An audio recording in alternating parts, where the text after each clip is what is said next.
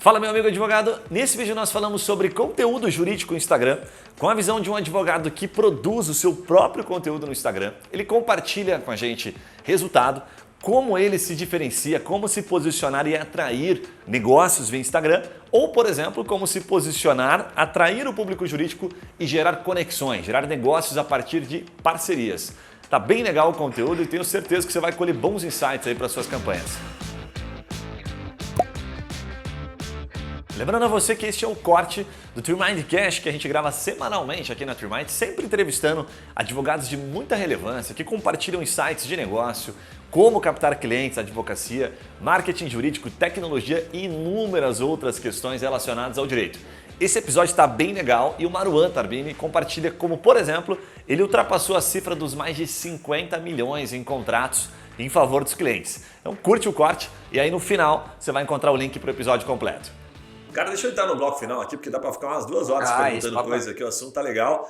A gente vai falar sobre conteúdo jurídico, Instagram, blog e outros canais. Eu vi muito conteúdo seu legal aqui nos bastidores, a gente estava falando sobre isso, né? Da dificuldade de realmente produzir conteúdo de maneira consistente. Antes de entrar nos conteúdos em especial e nas estratégias que algumas, inclusive, eu vi que você apareceu num bom momento, num contexto na Gazeta do Povo, num conteúdo falando sobre liminares, né? Isso. Sobre o que a gente vê e o que não vê nas liminares, bem no momento Exatamente. legal. Cara, o que as pessoas, antes de entrar nos conteúdos especificamente, não sabem dos bastidores, na hora de produzir, na hora de advogar? O que você diria assim quando eu te falo, pô, cara, você tem que publicar, aparecer mais? O que você diria que é a parte mais difícil?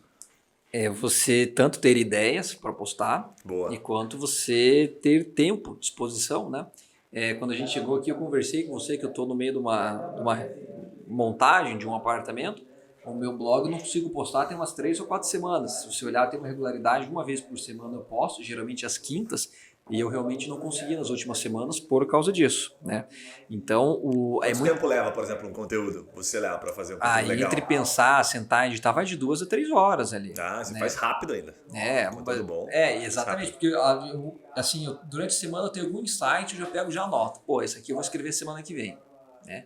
Aí acordo cedo de manhã lá, redijo e coloco assim. Mas, às vezes a ideia não vem, às vezes... A gente abre muitas caixinhas do Instagram para o pessoal mandar as perguntas e você fala, pô, é isso aqui que o pessoal está com dúvida, né? Só que assim, os recomendados, né, geralmente nos textos dos blogs, são textos relativamente extensos, né? E não é assim, você não senta ali e escreve 2.000 palavras assim, de uma hora para outra, né? Fato. E é difícil, produzir conteúdo é difícil. Então, tem que valorizar quem faz isso, porque não é fácil. Bem bacana. A gente tem que internalizar que a produção do conteúdo é uma etapa do trabalho. Exato. Né? É como se fosse, sei lá, eu trabalho 6 horas por dia, 8 horas por dia. Se eu fico 2, 3 horas escrevendo conteúdo, isso está dentro dessa carga horária, né? Sim. Se a gente não tiver isso como trabalho, realmente o negócio não anda. Cara, é o teu estratégico. Né? Não deixa de ser o estratégico do escritório. Agora, conta pra gente um pouquinho dessa questão da Gazeta do Povo e até mesmo do Jota e tal. Qual que é a estratégia que você pode compartilhar, ensinar outros advogados, né? Como é que você foi aparecer na Gazeta do Povo? Na Gazeta do Povo era uma época que, no começo da pandemia, que estava saindo muito liminar. E liminares de momento, assim, né? E eu peguei até Teve uma gente frase... comemorando liminar como se fosse Copa do Mundo, né? Exatamente. Depois que foram descobrir que liminar podia ser Exatamente. Teve questão tributária também. Teve juiz que mandou suspender o pagamento de tributo e depois foi derrubada a liminar. Eu peguei a ideia, o que se vê e o que não se vê, do livro do Bastiat, que ele fala muito sobre essas questões. Vou tentar trazer por exemplo aqui para facilitar. Quando o juiz dá uma liminar, a gente só enxerga aquela parte boa, né? A gente não vê a parte ruim, que vamos pegar um plano de saúde. Quando o juiz manda internar alguém às custas do plano de saúde sem, por exemplo, o plano, já deixar que aquilo lá não é coberto, por exemplo, no plano, inicialmente as pessoas comemoram, falam, poxa, que legal, olha aí o que se vê, né? O que se vê é que a pessoa conseguiu ganhar a ação contra o plano, vai ser internada, não vai ter que custear. O que a gente não vê é que o plano vai falar, então beleza, eu vou ter que internar para esse tipo de patologia, enfim, eu vou começar a cobrar mais caro de todo mundo. Então todo mundo vai pagar o preço por causa disso, né? Caramba, são os efeitos que uma decisão elas provocam no todo, né? E as liminares provocam isso. Então a partir do momento que os juízes trocaram por liminar o índice de reajuste dos aluguéis, que o IGPM está lá em cima, e o juiz vem com uma canetada e fala, agora é IPCA, né, mas de GPM, os locadores vão falar, então diminuiu, você alterou o meu índice contra a minha vontade, então agora o aluguel é mais caro, né? Então o que se vê é o que não se vê. E Perfeito. foi nesse contexto aí da pandemia. Eu agora não recordo exatamente qual que era o... E foi um insight assim, que nem você falou, tava ali, pô, esse assunto aqui é massa. Porque isso foge um pouquinho do direito, né? Isso foge, é uma análise econômica, né, que a gente fez, né? Perfeito. Até mesmo social, assim, falou, cara, enquanto você conquista isso, outras pessoas vão pagar essa conta. Claro. Aí você aproveitou e fez um conteúdo e bateu na porta da Gazeta, ou foi descoberto? Não, foi assim, eu já tinha uma colega que trabalha na RPC, e eu acho que eu perguntei para ela, falei, como é que eu quero mandar um artigo aqui, etc. Ela me mandou um e-mail, mandei pro pessoa responsável, e ele respondeu, não, tá aprovado o seu artigo aqui, e ele foi publicado. E é muito legal porque eu na Gazeta do Povo, antes de eu mandar o e-mail, ele falou, a gente não... o assunto pode ser jurídico, mas ele tem que ter uma contextualização. Perfeito. Né? Porque não adianta você mandar um troço puramente jurídico, porque a gente não é um jornal jurídico, né? A gente é um jornal para a população em geral. Então eu tentei linkar, né, com questões jurídicas com as repercussões no dia a dia das pessoas. Pô, por que o plano de saúde agora está mais caro? Por que o financiamento está mais caro? Porque tudo que às vezes o judiciário está revendo um monte de coisa e eles estão atentos. O plano de saúde, já que eu vou ter que cobrir tudo quanto é tipo de internamento, eu vou colocar o preço lá em cima. Alguém almoçou de graça, né? Não tem almoço grátis, né? Exatamente. Alguém em algum momento almoçou de graça e depois Exatamente. Mas é legal o teu ponto, porque acho que são duas coisas importantes aqui. Não é só conteúdo, a gente fala conteúdo, aí você pegou um contexto bem apropriado. E bateu na porta, né? Não ficou esperando. E os canais, de fato, eles estão abertos, né? Você também publicou no Jota. A lógica foi a mesma? O Jota, ele é um site que eu gosto muito porque os conteúdos deles têm um filtro uma régua bem alta, né? Então, assim, se você não tem um texto realmente muito interessante, ele não passa pelo filtro do Jota. Né? Legal. Eu peguei, o último que eu publiquei lá foi sobre uma questão do ITBI, que afeta diretamente a questão das holdings, né? Que é uma imunidade que você tem para transferência imóvel para pessoa jurídica ou não. E, por sinal, quando eu falo, salvo engano, o título desse meu artigo é Supremo decidiu, mas não definiu, e eu falo que, que existe uma potencialidade dessa discussão não acabar. Esse artigo eu publiquei em agosto, eu acho. Se você olhar, está cheio de decisão agora discutindo esse julgado, porque ele realmente não decidiu o que foi decidido e está tendo discussão até hoje sobre isso. Né? Então, o que eu havia dito lá na frente que poderia acontecer acabou se concretizando. Né? Mas no Jota você tem que ter um conteúdo um pouco mais elevado, assim, o nível a técnica jurídica tem que ser mais apurada, assim, tem que ser textos realmente bons. Cara, agora assim, é muito comum, a gente faz essa parte, né, de conteúdo aqui, temos mais de 100 escritórios que a gente atende a nível Brasil, muitos escritórios grandes, inclusive, que a gente produz, dá a base do conteúdo e depois a gente fala assim, a cereja do bolo é contigo. Então é como se a gente desse as 2.000 palavras, que dá aquela sustentação, mas o nosso foco é sempre primeira página do Google, conteúdos que tem pessoas procurando, sabe? A gente não foge um pouquinho deste conceito que você trabalha, que é contexto e é um texto que parte mais do profissional. Não tem como ele terceirizar o estratégico. Cara, eu tô pensando isso aqui, faz um texto para mim. Você não vai ter esse retorno do jeito que você imagina. Então o que eu ia te perguntar é o seguinte, cara, que vantagem que você já colheu e o que você pode compartilhar em termos de aprendizado? O que funciona, o que não funciona?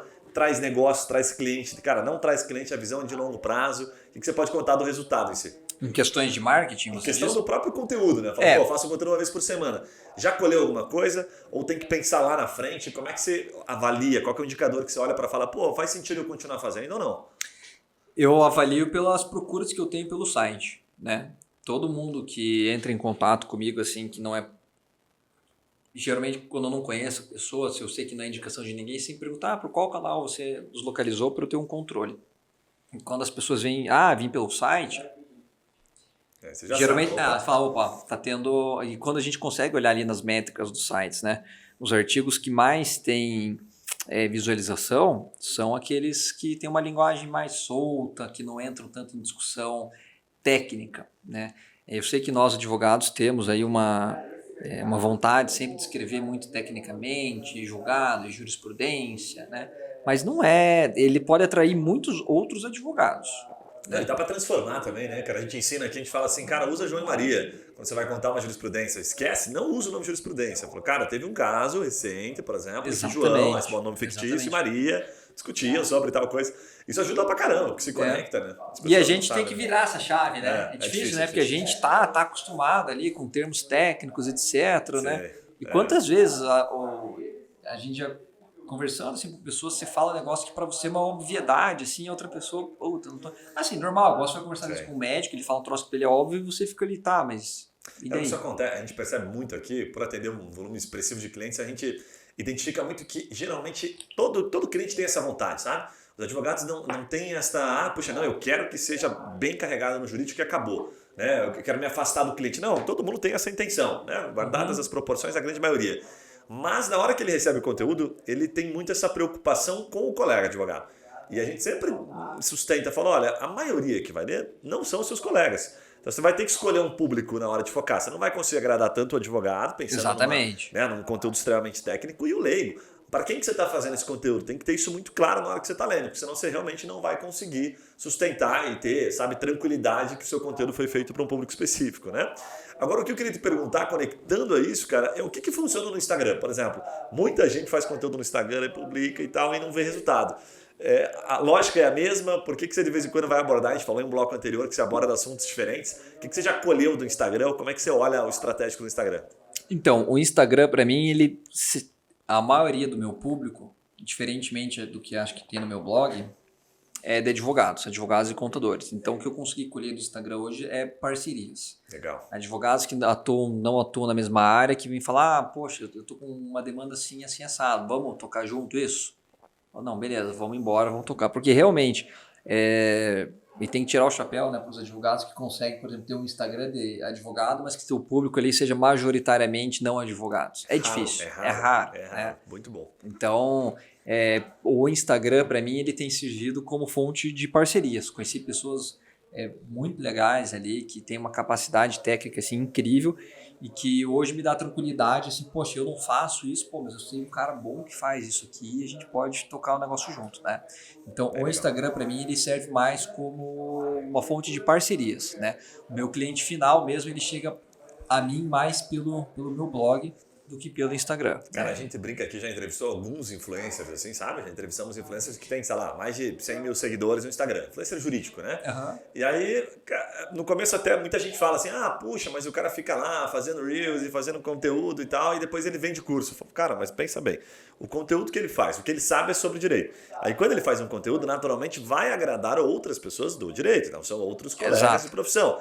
Depois que ele constrói uma base, olha o investimento todo que ele fez. Eu acho que nada mais merecido do que ele, de alguma forma, ensinar. Até porque se ele conseguiu aquilo de maneira idônea, de maneira legítima, cabe a ele ensinar um pouquinho daquilo que ele fez. Tem valor nisso. Claro, então ele explora aquilo que ele fez, criou uma audiência, vai vender curso, ou vai fazer parceria, como você, né, que faz as parcerias. E, de fato, a gente olha algumas estatísticas que a gente acompanha de grandes escritórios.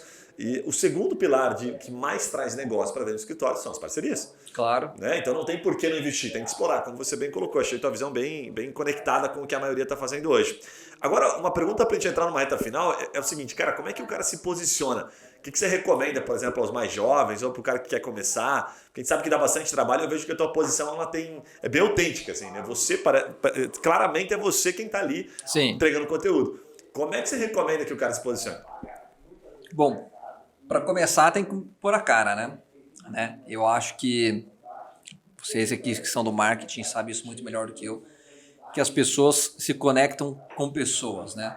Então não adianta você ter um Instagram totalmente institucional e que você não dê sua opinião, não dê sua cara a tapa e não apareça lá, né? Eu recomendo todo mundo.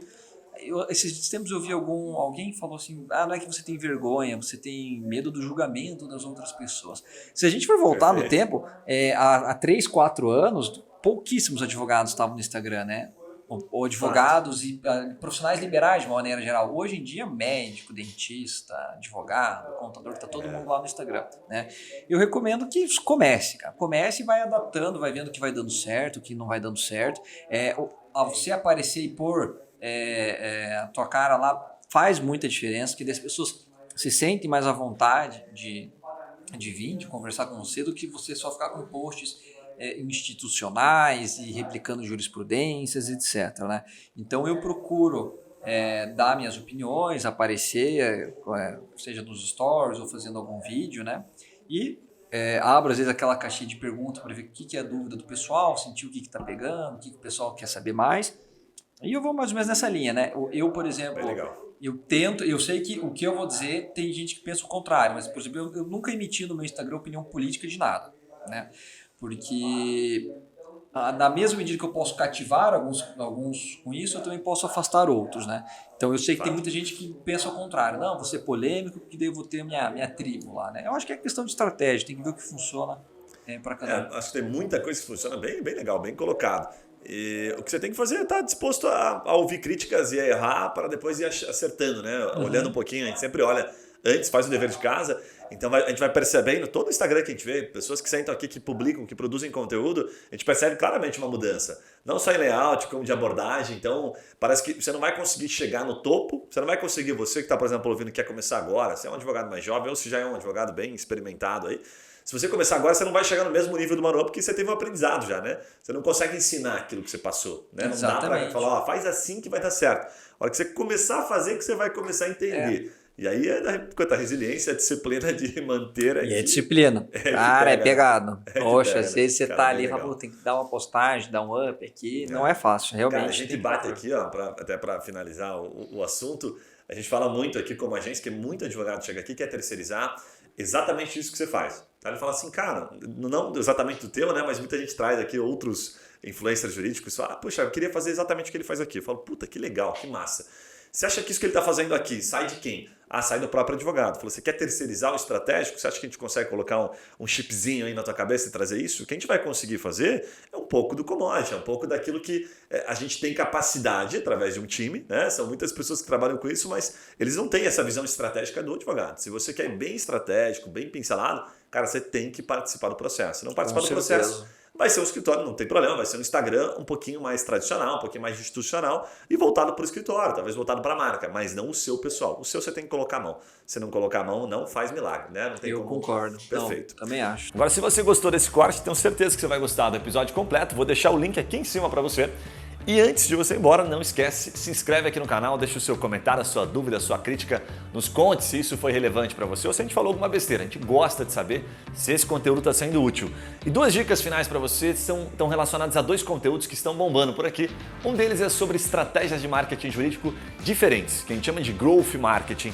Um vídeo super legal, a gente fala sobre várias técnicas que poucos advogados implementam. E o outro é um conteúdo sobre Instagram para advogados. Tá bem legal esse conteúdo também para você aprender a se diferenciar nessa rede social que tem gerado muitos benefícios para vários advogados. Um abraço e a gente se vê nos próximos vídeos. Até lá!